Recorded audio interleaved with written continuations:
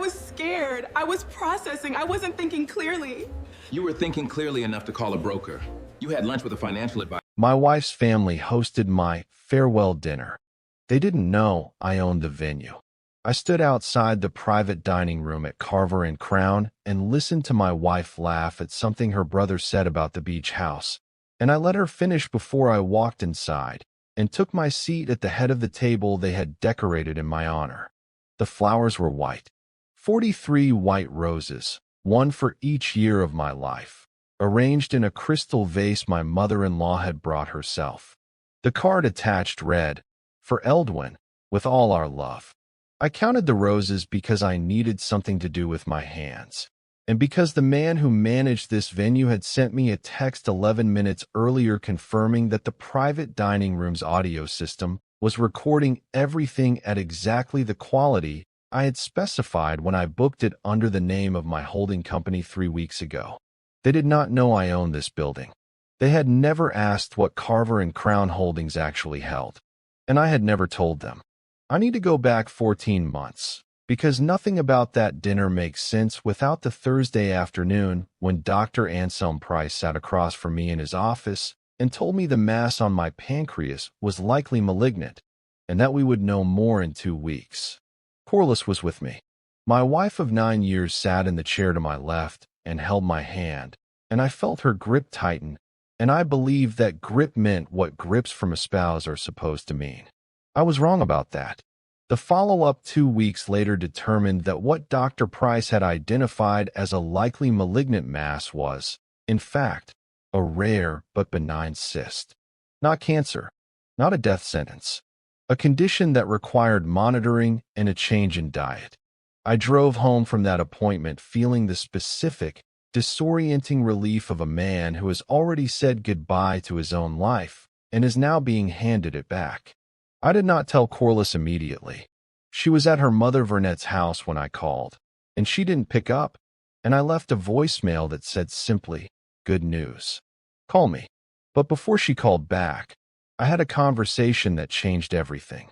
My business attorney, Presley Odom, called to ask if I had authorized any inquiries into the liquidation value of Carver & Crown Holdings. I told him I had not. He told me that someone had contacted a commercial broker in my wife's name, asking about the properties held under the company umbrella, including this building. I asked him when. He said 4 days after my first appointment with Dr. Price. I sat at my kitchen counter and looked at the coffee Corliss had made that morning, still in the mug she had placed on my side of the counter, still warm from the pot she had not yet turned off, and I understood that I had not been wrong about the grip. I had been wrong about what it was gripping toward. She had held my hand in that office and spent the drive home asking careful questions about the company structure, about whether Presley handled succession planning, about whether I had ever updated my will. I had answered her because she was my wife and I was afraid, and I was grateful she was asking practical questions while I could not yet think practically. But she was not asking because she loved me and needed to plan. She was asking because she was already planning. The voicemail I had left her, "Good news. Call me," sat in her inbox for 6 hours before she called back. When she did, her voice had an arrangement to it I had never heard before. She asked what the good news was, and when I told her, she said she was so relieved, and the words sounded accurate on the surface and hollow 2 inches underneath. I did not tell her I had spoken to Presley. I did not tell her I had already begun to look at what she had been looking at. I told her I loved her and that I would see her for dinner, and I sat in my kitchen and I stopped grieving and I started working. What Corliss had begun, with her mother Vernet and her brother Tatum and her uncle Royce, was not impulsive. I want to be honest about that because it matters to understanding what I did in response. This was not a wife panicking under grief and making bad decisions. This was a woman who had a plan that required my death to activate, and who had shared that plan with her family before the diagnosis had even been confirmed. The business attorney contact was the first thread. When I pulled it, the others followed. Tatum had reached out to a contractor about renovating the commercial property on Ellison Avenue, a property that was registered under Carver and Crown, to serve as a restaurant he intended to open. He had done this 9 days after my appointment, before we had any definitive answer about my health. Vernet had spoken to a real estate attorney about how assets pass under Georgia law when a spouse dies without a revised will. She had done this in the context of asking about a family business, but the specifics she provided aligned precisely with my company structure. And Corliss had lunch with a woman named Aldrika Sims, who ran a financial advisory firm catering to newly widowed clients. On the same week, she had held my hand at Dr. Price's office. I am telling you this not to perform anger. I am telling you this because what came next required me to know exactly what had been done and who had done which part of it, so that each piece of the accounting that followed could be placed in exactly the right hands. I spent 6 weeks doing something that required more self-control than I knew I had. I let them love me. I attended the family dinners Vernet started hosting with an increased frequency once the diagnosis was out. I let Tatum pour me bourbon and ask me about the business with what sounded like genuine curiosity. I let Royce tell me war stories about his own health scares, watching me with the practiced empathy of a man who was calculating a timeline. And I listened to all of it. Corliss became more affectionate in these weeks than she had been in 3 years of marriage. She made my appointments. She researched treatment options I did not need. She cried twice in front of me in ways that I could not determine were fully manufactured, and those 2 moments were the hardest ones to sit through, because I had loved this woman, and some part of what I saw in her tears was something I could not name cleanly. I learned everything about their plans by simply being present and letting them underestimate the awareness of a dying man. Tatum had already spoken to a commercial lender about the Ellison Avenue property. The loan application was in his name, predicated on the property's transition to his ownership. He had told the lender he would have clear title within 12 months. Royce had approached 2 of my junior business partners separately, positioning himself as a potential investor who would be stepping into a family advisory role. My partners had mentioned these conversations to Presley, who had mentioned them to me, which was how I knew that Royce had described himself as someone who would be handling things on behalf of the family going forward. And Corliss had revised her own estate documentation, not mine. She had clarified her own beneficiary structure. She was preparing for something, and the preparation had its own specific shape, and the shape told me everything. In the 5th week, I sent a single restructuring document to Presley.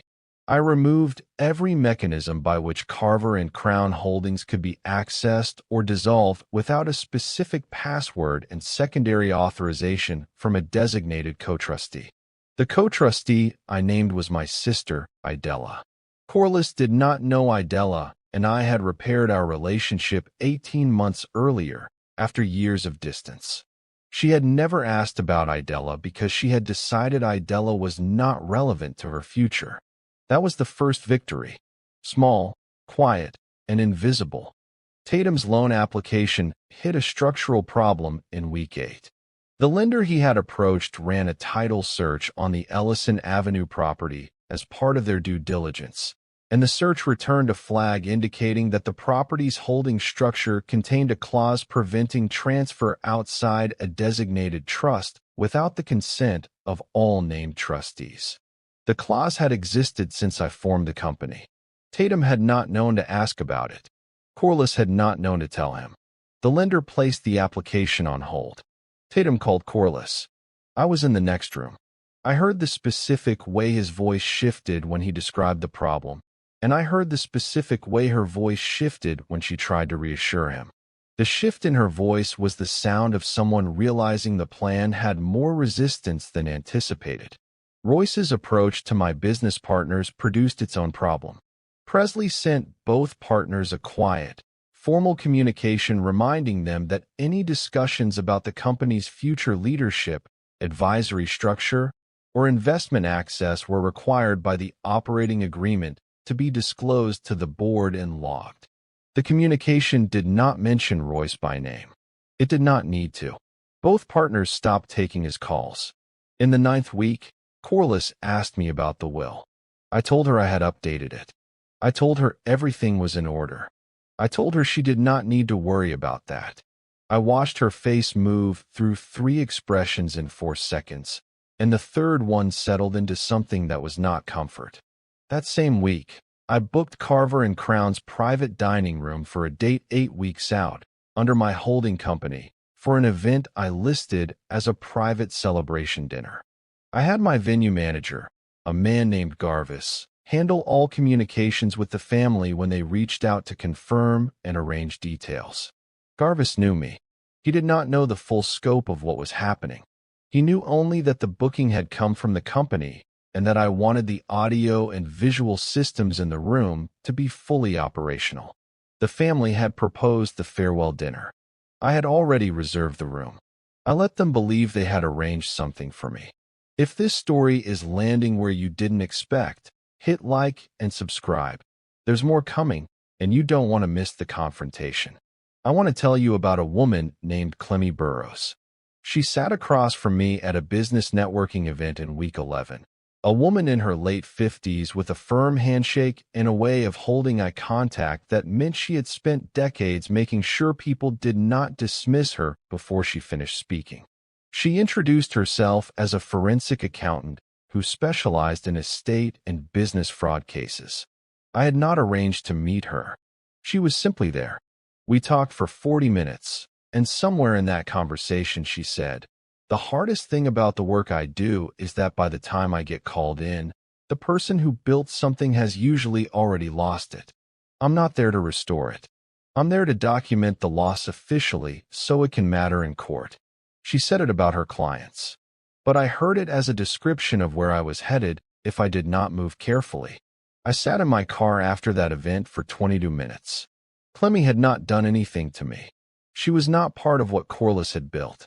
But she handed me something without knowing she was handing it to me, because she made me see, in the specific language of someone who counted losses for a living, that I was not done building. I had been operating since week 1 as if this revenge was the work. But the real work was making sure that what I built was still standing when this was over. I called Presley that night, and we spent 2 hours strengthening the company's documented history. Every property, every entity, every contract. A clear, unimpeachable paper record of what Carver and Crown Holdings was and who built it and how. Dating back to the first property I purchased at 28 years old with money I had saved working double shifts at my Uncle Wendell's construction company on weekends while I finished my MBA at night. The paper trail was not new, but it was now arranged so that anyone who looked would see the full scope of it immediately. In the same week, I had one conversation with Royce's former business partner, a man named Sivian Prentice, who had been pushed out of a venture with Royce 11 years earlier under circumstances that Sivian had never been able to prove were deliberate. I did not ask him to do anything. I simply told him that if he had documentation of what had happened to him, and if he had ever wanted the right person to see it, I knew someone who would look at it seriously. Sivian looked at me for a long moment. Then he said, "I've had that folder for 11 years.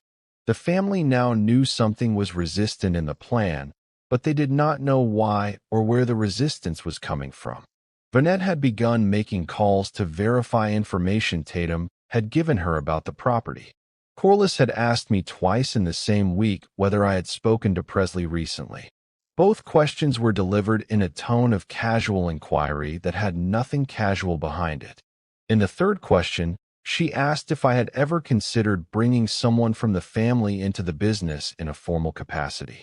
She said it was just a thought, something for continuity. I told her it was a good idea to think about.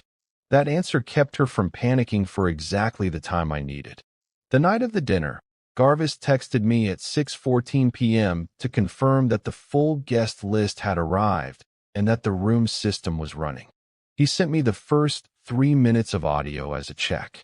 I stood in the Carver and Crown parking structure in my car and listened to Tatum tell a story about the beach house, while Vernette laughed, and I heard Corliss say something in a lower register that the microphone caught clearly. Just let tonight be tonight. Everything else handles itself after. I sat with that sentence for 90 seconds. Then I got out of the car and I went inside. The table was beautiful. I will give them that. White roses. Crystal. The good linens. Corliss had ordered my favorite, braised short ribs from the kitchen's private menu, a dish that required advance notice because the chef, a man named Presley Gaines who had worked for me for 4 years, prepared it in small quantities. Presley had told me, when I briefed him 3 weeks earlier, that the family had called the venue directly to request the dish. He had confirmed it without telling them he knew me. I ate the short ribs. They were excellent. Presley had cooked them with the specific patience the dish required. The toasts began after the second course. Vanette went first. She stood with her glass and spoke about how much the family had grown to love me and how they wanted this evening to celebrate everything Eldwin had brought to their lives. She said the word legacy 4 times. Each time she said it, the word had a weight that had nothing to do with honoring me. Royce went next. He told a story about a man he had known in his 30s who had faced a hard road with grace, and how grace was the measure of a man, and how he hoped to carry that lesson forward. Forward was the word he chose. I noticed it. Tatum raised his glass and said, "To Eldwin, and to everything still ahead." He was not talking about my future. And then I stood up. I had not planned to speak this early, but I had brought a folder, and the folder had been sitting beside my plate since I sat down, and no one had asked about it, which told me no one believed I had anything in it worth asking about. I opened it. I told them I had some things I wanted to share. I said I had been doing a lot of thinking these past weeks, as a man does when his life comes into focus, and that I had come to some realizations I thought the family deserved to hear directly. I slid the first document across the table to Tatum. It was his loan application to the commercial lender, with the property description and the date of application highlighted. I slid the second document to Vanette. It was a summary of her conversation with the real estate attorney, which Presley had obtained through a formal discovery process I had initiated quietly 2 weeks earlier. I slid the third document to Corliss. It was a printout of her lunch with Aldrich Sims, the financial advisor, including the date and a brief summary of the topics discussed, which Aldrich's own assistant had documented per standard practice and which had become available to Presley through a separate process I will not detail here except to say it was entirely legal. I told them the follow-up appointment with Dr. Price had gone differently than they knew. I told them the mass was benign. I told them I had known this for 10 weeks. Corliss put her glass down. I told them the venue they were sitting in belonged to Carver and Crown Holdings, which I had owned for 11 years, which they had inquired into through a broker within 4 days of my diagnosis, which was now structured in such a way that not 1 square foot of it would pass to anyone without Idela's authorization. Tatum stood up. He began to speak, and I held up one hand, and he stopped. I told them I had one more thing.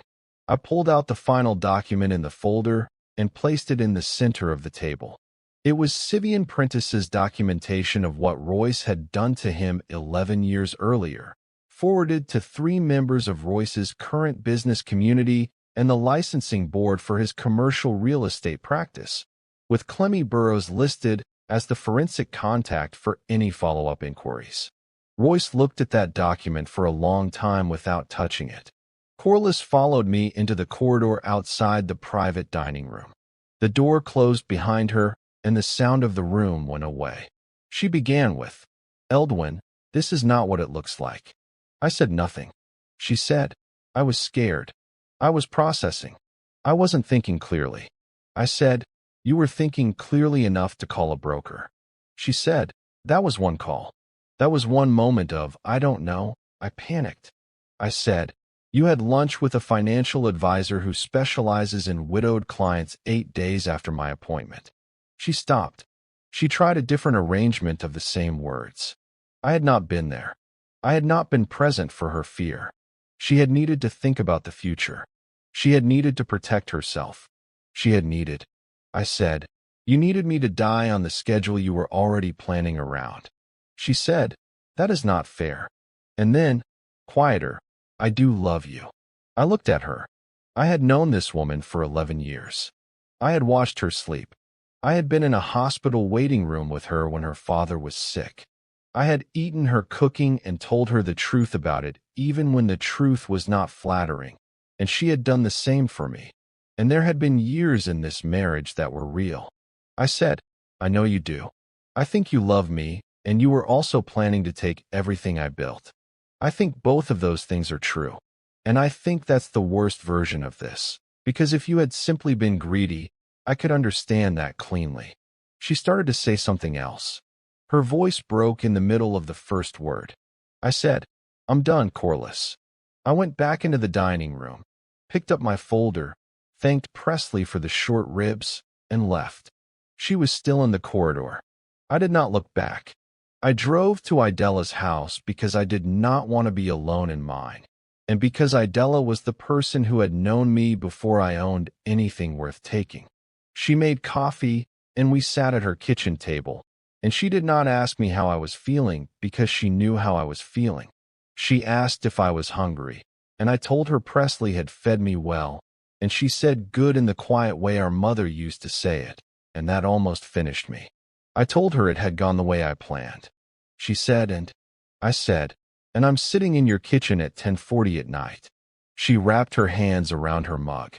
She said, "You did what you had to do." I said, "I know." She said, "That doesn't mean it doesn't cost something." I said, "I know that too." If this story is hitting different than you expected, like, subscribe, and share it. Someone in your circle needs to hear this. There is something nobody tells you about arriving at the end of a plan you have worked on for months with full precision. The plan ends, and then you are just a person sitting with the outcome. The business is intact. The property is protected. The documentation is in the right hands. Royce's licensing situation will resolve in the way it resolves, and Tatum's loan application will not produce the results he anticipated. Corliss will have access to the things she was entitled to in the marriage, and not one thing more. I had not lost, but I sat in Idela's kitchen and I knew that the 9 years I had spent married to someone who had, at the moment I was most afraid, begun calculating what she would inherit. Those 9 years did not get cleaned up by the folder I'd brought to dinner. The dinner ended what needed to end. It did not restore what had already been spent. I thought about Clemmy Burrows at that networking event, saying she was never called in early enough to restore anything, only to document the loss. And I thought about how I had told myself for 10 weeks that what I was doing was different, that I was ahead of it, that I would come out of it with everything. I had come out of it with everything except the decade I gave to someone who had begun planning my estate before the diagnosis was confirmed. That is not nothing. That is not a small price. That is the price. I had not done this to punish Corliss. I had done it to prove to myself that what I built could not be taken from me while I was still in the room. That is a different thing. And knowing the difference matters, because one of them is about her, and one of them is about me. And the one that is about me is the one I will carry into whatever comes next. Subscribe for more. Like if this story made you feel something real. Share it with someone who needs to hear it. Drop in the comments. What would you have done differently? When someone begins planning your ending while you are still in the room, the most powerful thing you can do is refuse to perform the role they wrote for you. Not out of anger, not out of pride, but because the life you built belongs to you, and the only person who gets to determine what it means is the person who built it. Protect what you've built, not just the property, not just the business, but the version of yourself that existed before someone else decided what you were worth. That version is the one worth keeping. Guard it like you built it in your grandmother's kitchen, because you did.